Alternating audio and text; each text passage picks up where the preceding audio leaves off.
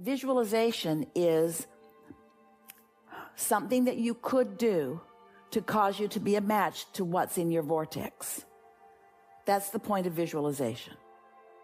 You already created it. So when you visualize it, it makes you in your now and you in your vortex one, and now it can manifest. But if it's in your vortex, and it is, and you're trying to visualize it and can't, now you're arguing for your limitations. Now you're trying too hard. Now you're not relaxed. Now you're not having fun. Now you're not letting it in. It's interesting to watch so many of you take the work that we encourage you to do, the processes, and do the same thing with it that you were doing before you knew about it. You struggle in the work, or you try too hard in the work, or you take too much score in the work, or you compare yourself with others. I want to talk for a minute about comparison. Oh, this matters so much. The comparison that humans experience is a step one exercise, so it's a good thing. How are you going to know what you want if you don't know what you don't want? So your vortex exists because of comparison. So let your comparison be those step one moments where I know I don't want that, I want that, and I don't want that, I want that. Comparison. Or I'd like to live the way that person lives, or I'd like to have the money that that person has, or I wouldn't want to live in poverty like that person. In other words, comparison helps you to define, to decide what it is that you want. But once you are decided in a moment to focus on step 3 rather than step 1, what's step 3? Let it in. Now, the comparison work is comparing the emotions to the emotions, comparing your vibrational chart to your vibrational chart, your emotional guidance scale, comparing which is the same as to say, we've not said this to you before, which is the same as to say, compare your vibrational happening to the vibrational happening of your inner being. Your emotions are your indicator of that all the time. So your awareness of the way you feel is your awareness of the comparison, the productive comparison between what you're letting in, what part of your vortex which you have created are you letting in, or are you not letting in? The better your mood, the more you're letting it in.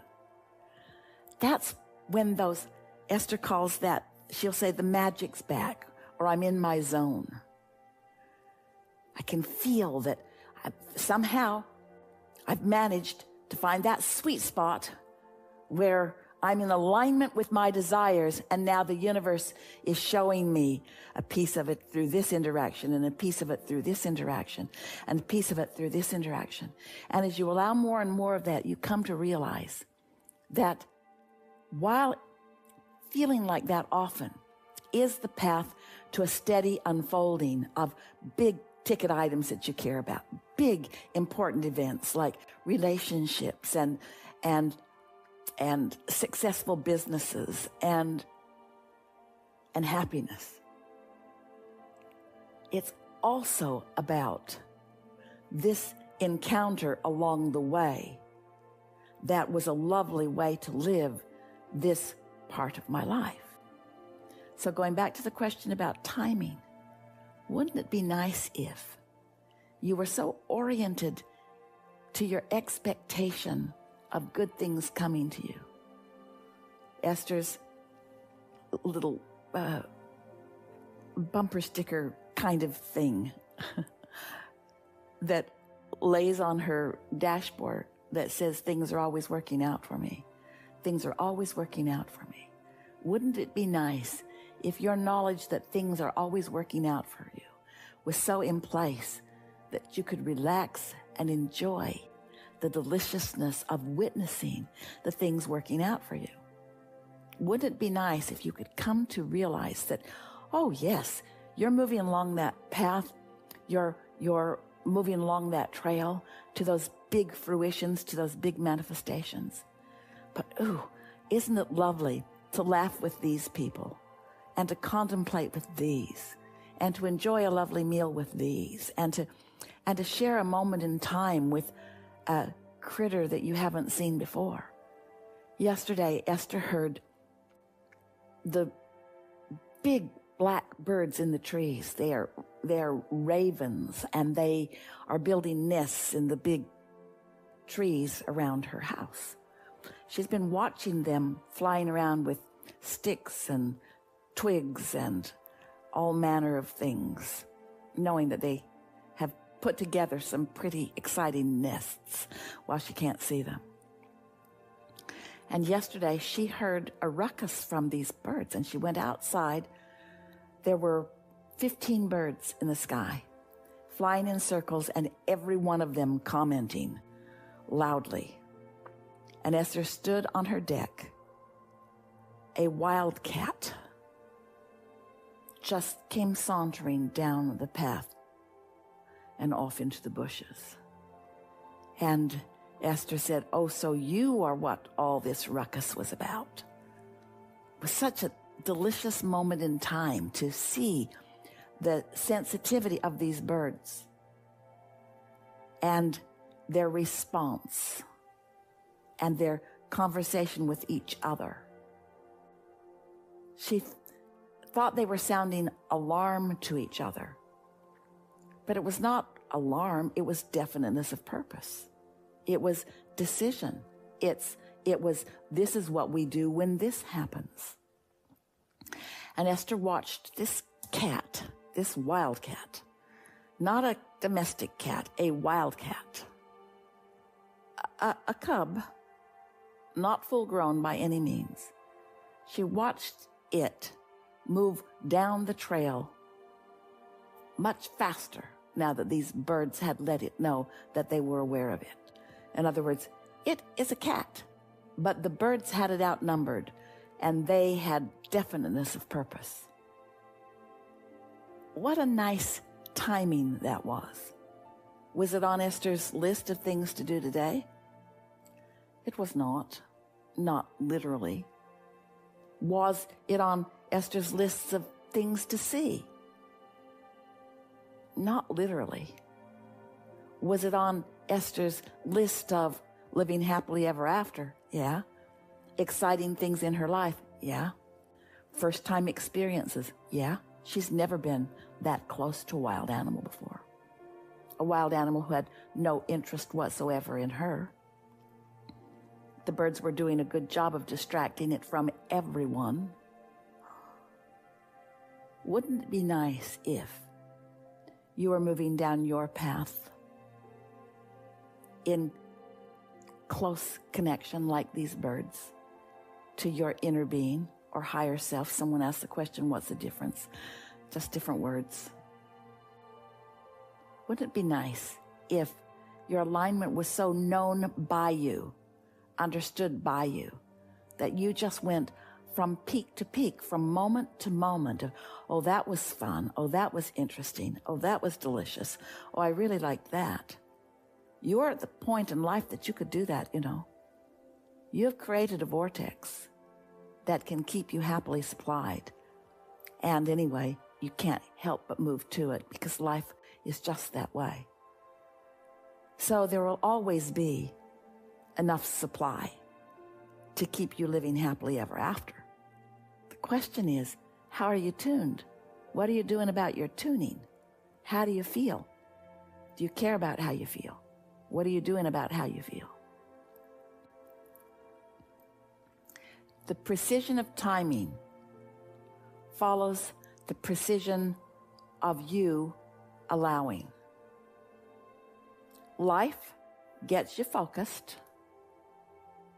Life can cause you to focus in opposition to what you want. As you figure out that blend between what you want and where you're focused, the timing can be instantaneous. In other words, if Esther's wanting a fast gallop through the woods, she doesn't seek out a donkey. Life has shown her that there are easier avenues. And so, as you move through life experience, not only does your desire increase as it parlays into greater and greater desire, but your ability to expect improves. This is important. This is for almost all of you, for some things that are frustrating to you right here and now. If you have a stubborn desire, you have a pattern of arguing for your limitation, of telling the story of what's not working and explaining why it's not. And if you have that pattern, it's likely because there are people around you who are demanding answers from you, or at least expecting answers from you, or that you have decided need answers from you. That's what justification is. And we want, with everything that we are, for you to get that out of your system as fast as you can. We want you to calibrate between you and your inner being, who is not demanding anything of you, who will never solicit from you a need to explain or justify. Your inner being is never saying to you, well, why didn't that work out? Or why didn't you get that done? Or what's taking you so long? Or your inner being is never asking those kinds of questions. But you've been trained into that kind of expectation by people around you who don't have a clue what they're doing in terms of deliberate creation. They're just looking at stuff and reporting in, sort of like the news. Just looking at manifestations, mostly manifestations that are unwanted, and then repeating it and regurgitating it to you as if you need to do something about it. But you know what? After it's manifested, there's nothing to be done about it because you're starting anew from where you are. You're standing on this bouncing off place at all times. So if you will understand that your inner being is not asking you to explain, and you stop acting like you need to explain, just go about what you're doing with an attitude of fun and watch how quickly the things that are in your vortex that you've been putting there for much of your life experience will move right into your experience for you to behold and enjoy. This new way of looking at this stronger way of looking at this more definiteness of purpose way of looking at this will yield you many results in the days that follow this day than you've been experiencing before. If you are hearing our message here, you've got to lighten up. You did the step 1, we've done the step 2, the law of attraction is all over it. You've got to have fun, relax, and everything will come. So, how does timing work? In the moment you stop holding it away, it comes in. It's already flowing to you. In the moment that you stop holding it away, it comes in. How do you know you're holding it away? You feel fear or insecurity or anger or jealousy or worry or blame. But Abraham, I'm justified. Doesn't matter. Doesn't matter that you have memories that make you feel that you're right in that justification. It doesn't matter that you were right in that argument. It was still an argument, and you're still resisting, and it's still keeping you from getting what you want.